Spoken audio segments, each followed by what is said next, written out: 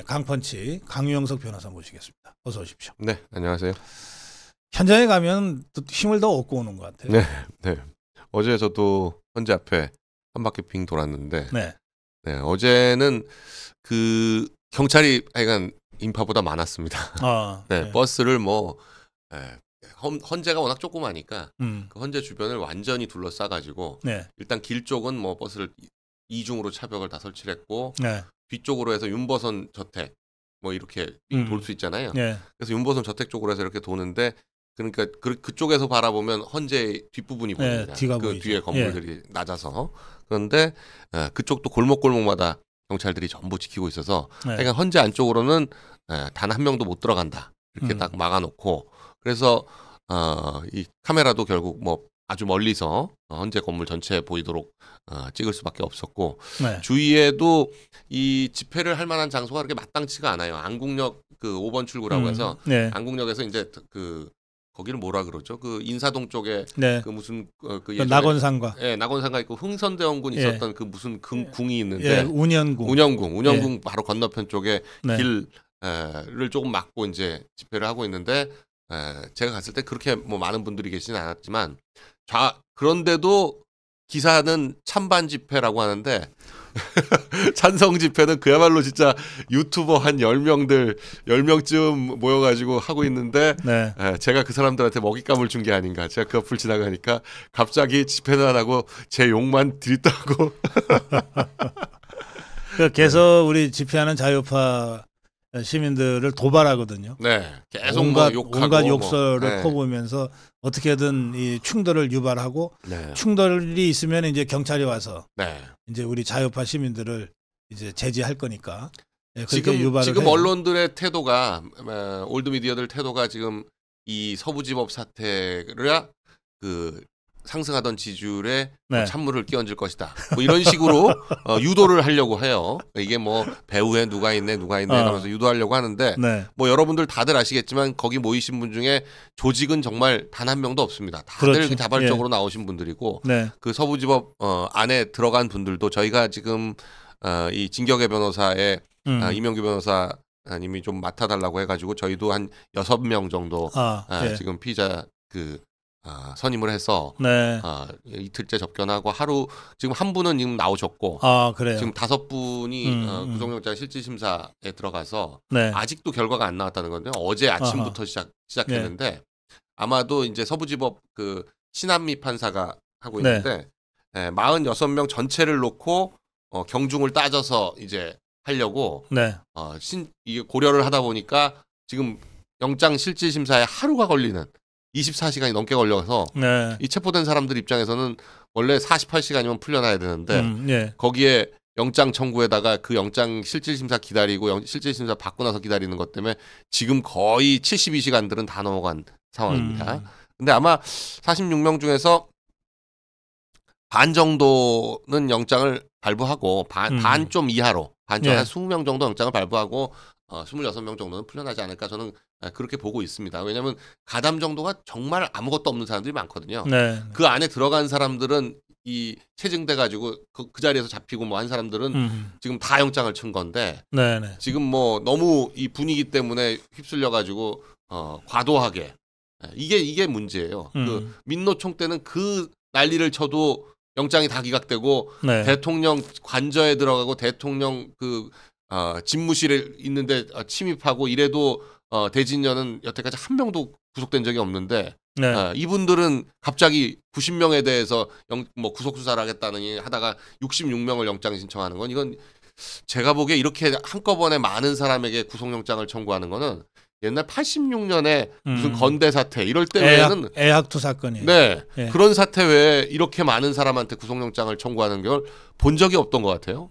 뭐 쌍용 자동차 뭐 이런 사태 때도 이 정도 아니고 무슨 뭐 용산 이런 때도 이렇지 않았거든요.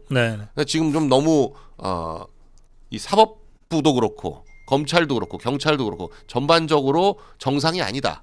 좀 그렇게 말씀드릴 수 있습니다.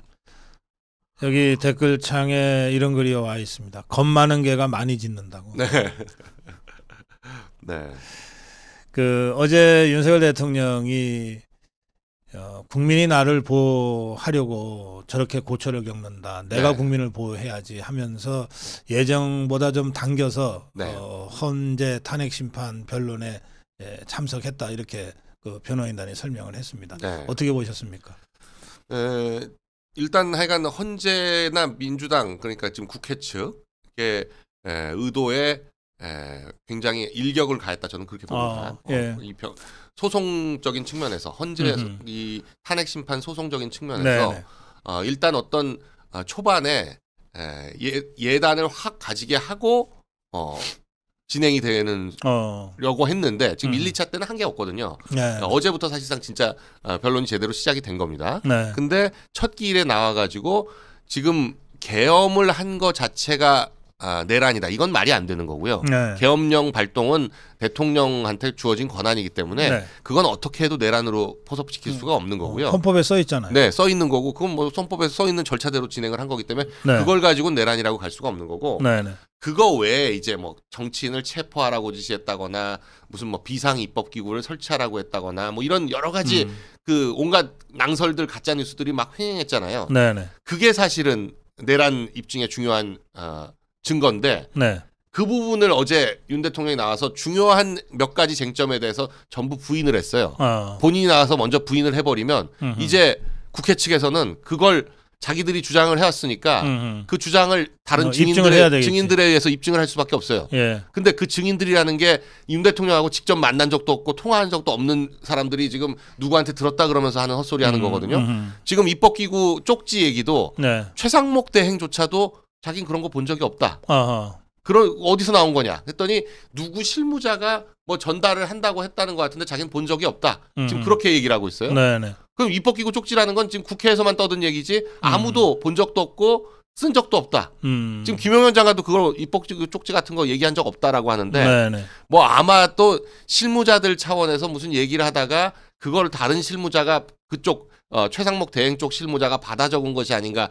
뭐 상식적으로 그렇게 얘기하거든요. 국회 계엄령을 하면 그 50 때도 그 80년에도 그랬지만 국가보위 입법회의라고 해서 국회 기능을 정지시키면 그걸 해당하는 입법기구를 비상입법기구를 만드는 것이 이제 계엄에서 보통 절차니까. 그럼 그런 입법기구도 만들어야 되는 거 아니야? 뭐 이런 식으로 실무자들끼리 얘기했을 수는 있어요. 근데 그런 게 지금 그 과도하게 그 국회 측에서 그런 몇 가지 꼬투리를 가지고 지금 그걸 설치하려고 했다. 국회를 정지시키려고 했다는 유력한 증거로 삼으려고 했는데 대통령 스스로가 자기는 그런 말 한 적도 없고 지시한 적도 없고 아무것도 한 적이 없다. 그 뉴스 보고 처음 알았다. 그렇게 얘기하니까 그럼 이제 그거 입증하려면 한두 명이 증언해가지고 될 문제가 아닌 겁니다. 그러면 뭐 시간이 많이 걸리겠네요. 그러니까 그렇게 지금 어제의 그 윤 대통령의 진술이 1시간 40분이었지만 굉장히 의미심장한 게 저기서 부인한 내용들 주요한 내용들이 한 대여섯 가지가 되는데 그 한 가지 한 가지마다 입증하려면 제가 볼 때 증인이 적어도 10명 이상 나와야 될 문제들입니다. 그러면 이재명이 큰일 났네. 최대한 빨리 해서 선거 치르려고 지금 제가 볼 때 2월 말은 지금 이제 물 건너갔습니다. 무조건 물 건너갔고요. 지금 벌써부터 신청된 증인들 숫자가 그 윤 대통령 측에서는 지금 뭐 1차로 25명을 신청한다고 하니까 국회 측에서도 처음에 12명으로 한다고 그랬다가 이재명이 하도 닭달질하니까 5명으로 줄였거든요. 근데 그렇게 5명으로 줄이면 입증할 수 있는 게 아무것도 없어요.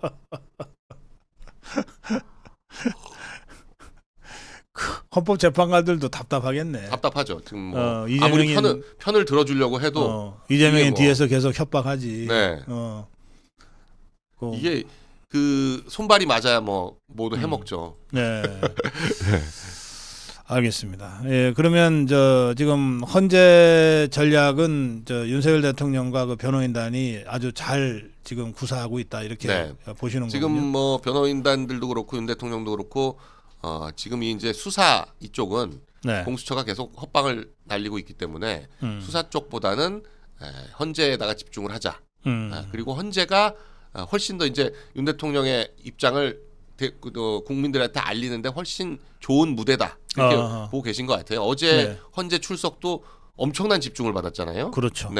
일단 어찌됐거나 올드미디어들이 집중을 해주는 게 중요한데 엄청나게 집중을 해서 어제 윤 대통령의 처음 말부터 시작해서 1시간 40분의 변론 과정을 거의 뭐 생중계하다시피 생중계를 못하는데도 뭐 녹화 화면도 지금 돌고 있고요. 그래서 대통령이 헌재에서 직접 얘기하는 것이 가장 중요한 방어 수단이다라고 생각하는데 또 중요한 쟁점 중에 하나가 부정선거인데 이 부정선거 문제도 굉장히 그 국민적 관심을 불러일으켰다. 아하, 지금 그렇게 보여지고 그것 때문에 2차적으로 생기는 또 영상들 이를테면 뭐 역사 강사 전한길 씨가 만든 영상 이런 것도 뭐 200만에 300만에 막 이런 식으로 조회수가 올라가니까 그만큼 많은 국민들이 보고 있다는 거 아닙니까? 네. 특히나 그 전한길 강사는 되게 공무원 강사기 때문에 공무원 시험 강사기 때문에 20, 30대들이 보는 건데 20, 30대들한테 엄청난 영향력을 미치고 있다. 저는 그렇게 봅니다. 그렇군요. 네. 예. 그 국회 측에서 이제 맞으면 소추안 쪽이죠. 대통령이 출석하면 자기들이 증인으로 부른 군인들의 증언이 어려워지니까 대통령을 퇴정시켜 달라고 했대는데 그거 어떻게 보세요? 그거는 이제 헌재가 그걸 만일에 들어준다면 이 헌재가 얼마나 편파적인지를 알 수 있는 겁니다. 이건 말도 안 되는 소리거든요. 이 그렇게 증인을 뭐 피고인과 분리해가지고 신문한다거나 아니면 가림막을 친다거나 하는 거는 무슨 성폭행 사건이나 풍속에 관련된 그야말로 사건들. 그 개인 사생활 보호 차원. 사생활 보호 차원에서 그 뭐 여성 피해자들 주로 뭐 이런 사건에서나 하는 거지.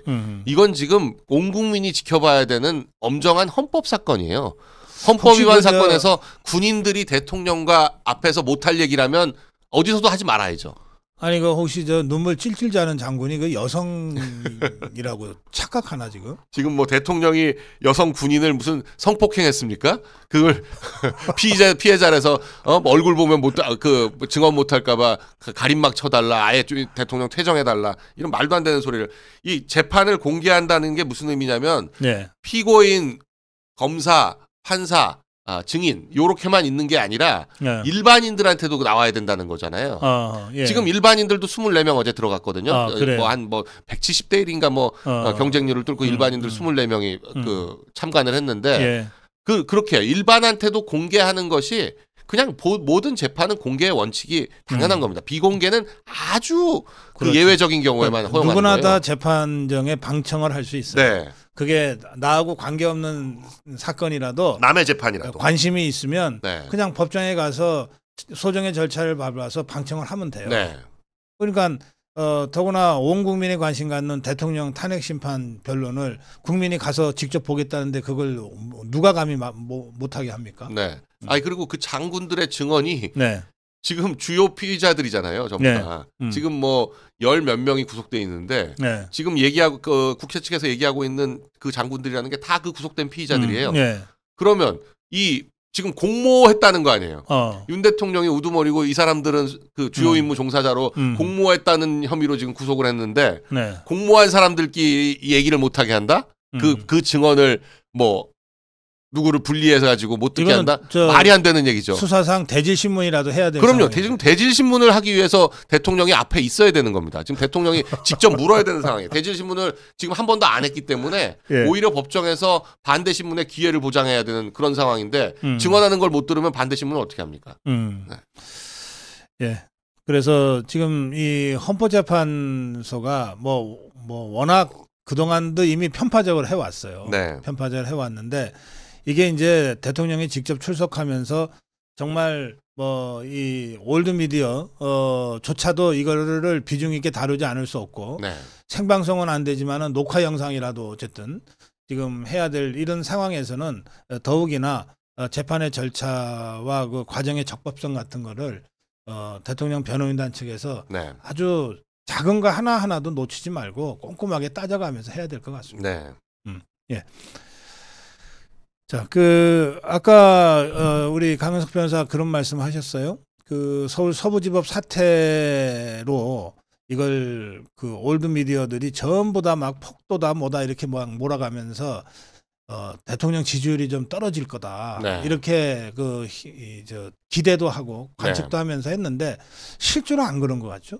아직 서부지법 사태가 반영된 여론조사 결과가 나온 것 같지는 않았는데 적어도 뭐 떨어뜨리거나 하지는 않는 것 같아요. 상승세를 약간 완화시키거나 뭐 이럴 수는 있다고 쳐도 뭐 그것 때문에 찬물을 끼얹어서 왜냐 대통령과 이 상황이 연결이 전혀 안 되는 데다가 뭐 지금 그분들이 어떤 조직이라든지 뭐 이런 것들이 전혀 없이 다들 그 자리에 계신 분들이 다 알지만 다들 그냥 의분 관계에서 나와서 그 순간에 그야말로 우발적으로 일어난 일이기 때문에 이게 뭐 사전에 조금이라도 조직돼 있다거나 했다면 뭐 이 마스크를 쓰거나 다 했겠죠. 근데 자기 얼굴 다 드러내고 그 안에 들어가서 거기서 바로 그냥 했고 오히려 지금 뭐 경찰들이 의도적으로 한 거 아니냐고 할 정도로 이 경계가 급격히 허술해지면서 이 서부지방법원이 뚫릴 걸 의도한 게 아니냐는 얘기까지 나올 정도로 경찰의 경계가 실패했다. 사실은 일반적인 상황이면 지금 이거 이 사태도 사태지만 경계에 실패한 경찰들이 징계받아야 될 사안이에요. 그 지금 이 2030 세대의 분노. 그러니까 2030 세대는 일반적으로 그렇게 얘기하잖아요. 올드 미디어는 별로 우선 보지도 않고 대부분 다 SNS를 통해서 소통하고 세상을 이해하고 그것이 훨씬 익숙한 세대인데, 그러니까 이들이 지금 절반 이상이 2030 세대가 서울 서부지법 사태와 관련해서 지금 구금이 돼 있고, 근데 이런 게 다 자신의 문제처럼 느낄 가능성이 많고, 특히 카톡 검열이라든지 여론조사 회사 무슨 뭘 가지고 한다든지, 시비를 건다든지, 그러니까 이런 전반적으로 저 종북주사파들이 워낙 다급하다 보니까 이제 막 자충수를 두고 똥볼을 차는데 이거가 2030 세대와 특히 10대들의 그 감성과 생활 패턴과 너무 안 맞아서 급격한 이탈이 지금 벌어지고 있다. 그런 분석들을 하더라고요. 지금 그 현장에 가보시면 그걸 누구나 느끼는데 오히려 이 우파 집회가 훨씬 더 세련되고 젊고 그 점점 더 2030이 늘어나요. 어제는 보니까 정말 2030들이 많이 나왔더라고요. 정말 이 상황에 분노해서 나온 2030들이 많고 오히려 그 찬성하는 쪽은 이제는 2030은 정말 씨가 말랐습니다. 완전히 씨가 말랐고 50대도 거의 후반에 가까운, 저보다도 훨씬 나이 많아 보이는 사람들이 많아요 거기. 그래서 이게 저쪽도 노쇠화가 굉장히 심하구나. 멀쩡한 정신 가진 젊은 사람들은 안 나오는구나. 그런 생각이 드는 데다가 이 하는 방법이나 이 대응하는 것도 정말 구태의연하고 지금 민주당이 그 예전에 그 톡톡 튀는 감성이라든지 우리가 왜 그 문재인 때는 그랬잖아요. 왜 우린 탁현민이 없냐. 뭐 이런 얘기들을 했었는데 그런 게 싹 없어졌어요. 대응하는 게 완전히 그냥 구태의연 그 자체. 이게 이재명 스타일인지 뭔지는 몰라도 그래서 그런지 완전히 이 뭐 여론조사가 안 나오면 여론조사 회사 탓이고 카톡에서 뭐가 돈다 그러면 카톡을 검열해야 되고, 지금 2월 6일에 역풍이 불 걸 알면서도 언론사들과 포탈들 다 불러다가 지금 청문회 하겠다는 거 아니에요? 아니 그거는 여당이 그 집권에서도 단 한 번도 시도도 안 해봤던 거예요. 언론사 대표, 포탈 대표들을 불러다가 그것도 그냥 증인으로 신청하는 것도 아니고 청문회를 하겠다는 게 그것도 국회 상임위도 아니고 자기들이 만든 특위에서 하겠다는 거잖아요. 김현이나 뭐나 지금. 아니 근데 유튜브를 직접 부르지? 아니 고성국을 부르고 강용석을 부르고, 그러면 우리가 당연히 나가서 가르쳐 줄 텐데 한 주. 근데 이제 그렇게 하는 건 우리를 띄워준다라고 생각하는지 보니까 주로 뭐 TV조선 사장, KBS 사장, YTN 사장, 전에는 자기 편이었다고 생각했던 사람들이나 좀 삐뚤삐뚤 미지근한 사람들 더 하려고. 그것들 별로 영향력이 없어 이제. 아니 심지어는 MBC는 그 서부지법 근처에서 뭐 이렇게 약간 폭행, MBC 기자가 카메라 기자가 폭행도 당하고 뭐 그런 모양이었던데, 그리고 그걸 막 찍었더니 그 SD 카드 뺏겨가지고 찍은 영상도 뭐 없다. 그러니까 MBC가 예전 같으면 MBC에서 그걸 크게 다뤄야 될 문제잖아요. 자기 기자들이 현장에서 폭행당했다. 근데 이게 쪽팔린 거야. 자기들 영향력이 그만큼 없고 MBC가 이렇게 망신당해도 그거에 같이 의분을 분노해줄 국민들이 없는 거예요. 그러니까 이제 그게 한국일보에 나더라고요. MBC에는 안 나고. 그렇죠. 아니 이게 영향력도 없는데 그런 것들 불러서 뭐 청문을 해. 재밌는 건 MBC랑 JTBC는 이제 그 큰 카메라, 그 JTBC 이게 딱 찍혀 있고 로고 크게 찍혀 있는 그 ENG 카메라 그걸 안 들고. 그래요? 조그만 거 이렇게 들고 다녀요. 그 현장에서 그 이제 뭐 시민들한테 혼날까봐. 네. 아니 또 여기 댓글을 창해 보면 왜 경찰이 그렇게 마스크들을 잔뜩 쓰고 있는지 모르겠다는 댓글도 있어요. 네. 아니 얼굴 보이기가 그렇게 쪽팔린가? 네. 그래서 이제 뭐 많은 분들이 이거 중국 용역을 쓴 게 아니냐 뭐 이런 오해까지들도 하시는데 네. 그건 아닐 거라고 저는 뭐 경찰이 그렇게까지 해야 되는 상황은 아니기 때문에 네. 그건 아닐 거라고 생각하는데 근데 이제 뭐 영상 같은 걸 보면 진짜 한국말 어눌하게 하는 경찰도 있고 좀 이상해요. 이상하기는 합니다. 그리고 명찰도 안 붙이고 있고 네. 마스크 쓰고 있고 그리고 심지어 기동대라고 하는데 완전 할아버지 같은 사람도 껴있고 그러니까 좀 이상하긴 한데 근데 이제 요새 의경이 없어졌기 때문에 기동대도 좀 연령이 있는 경찰들이 포함되는 경우가 있습니다. 있기 때문에 좀 고연령층이 껴있다. 그거는 이상할 건 없는 것 같아요. 네. 예전에 이제 그 종북주사파들이 불법 시위를 할 때 지금도 뭐 이것들은 시위하면 불법 시위하지만 폭력 시위하지만 할 때는 복면이라고 하는 걸 쓰고 했어요. 네. 뭐 이렇게 손수건으로 여기서부터 가리고 네. 또는 뭐 하여튼 다양한 형태로 뭐 가리고 했어요. 채증 안 당하려고. 그러니까 지금 우리 서울 서부지방법원 사태를 겪고 난 이후에도 네. 우리 자유파 국민들은 얼굴을 가리지 않아요. 네. 어제는 이게 그 미세먼지가 워낙 심해가지고 마스크들을 많이 쓰셨는데 그래서 또 요즘 독감이 도니까 마스크는 쓰시는데 네. 그런데 이게 마스크를 쓰면은 막 이게 왜 이 구호를 외치고 하는데 지장이 있으니까 쓰고 나가셨다가도 다 벗더라고. 네. 그래서 다 얼굴을 내놓고 해 당당하게. 근데 왜 경찰이 마스크들 쓰고 선글라스를 쓰고 그런지 모르겠네. 네. 어제같이 저 흐릿한 날에 웬 선글라스냐고 도대체. 네. 경찰들이 얼굴 내놓는 걸 굉장히 꺼려해요. 찍힐까봐. 이런 참. 네. 저희도 이제 제가 돌아다니면서 계속 카메라를 들고 다니는데 이 경찰들을 마주치거든요. 네. 그러면 이제 저를 알아보고 이제 이렇게 하는데 네. 보면은 이제 대부분 지휘관들이 선글라스를 끼고 있거나 마스크를 쓰고 있거나 신분을 밝히지 않으려고 하는 경우가 많더라고요. 이런 참. 얼굴 나올까봐 그런 건지. 예. 자, 윤석열 대통령 지지율이 이게 워낙 가파르게 상승을 하다 보면 약간의 조정을 거치게 조정을 있어요. 좀 받아야죠, 사실. 이른바 기술적 조정을 거치는데 저는 이 상승세가 꺾일 리는 없다고 생각해요. 네. 예, 왜냐하면 대통령이 지금 우리 국민과 한 몸이 돼 있기 때문에. 네. 거기다가 혹시나 지지율 떨어질까봐 공수처가 계속 똥볼을 차주고 있어서 공수처가 지금 매일 오늘도 또 강제구인 한다고 저 난리를 치고 있는데. 아니, 강제구인도 구인이지만. 가족 면회를 못하게 하고 서신까지 못하게 하는 거 이 무슨 폐륜주가 말도 안 되는 거고 도대체 이게. 이거는 뭐 이제 항고하고 준항고를 해야죠. 준항고를 하면 당연히 받아들여질 그런 상황인데 대통령이 뭐 그거 가지고 공수처랑 티키타카 하고 싶지는 않으니까 아마 그런 뭐 며칠만 지나면 되니까 그렇게 하고 계신 것 같은데 지금 뭐 가족 면회를 못하니까. 윤 대통령 가족이래 봐야 지금 뭐 김건희 여사 말고 뭐 특별히 없잖아요. 그렇죠. 네. 그러니까 김건희 여사도 지금 못 만나게 한다는 건데 이게 말이 안 되는 상황입니다. 말이 안 되는 상황이고. 아니 그러면 톨이라도 만나게 해줘야지.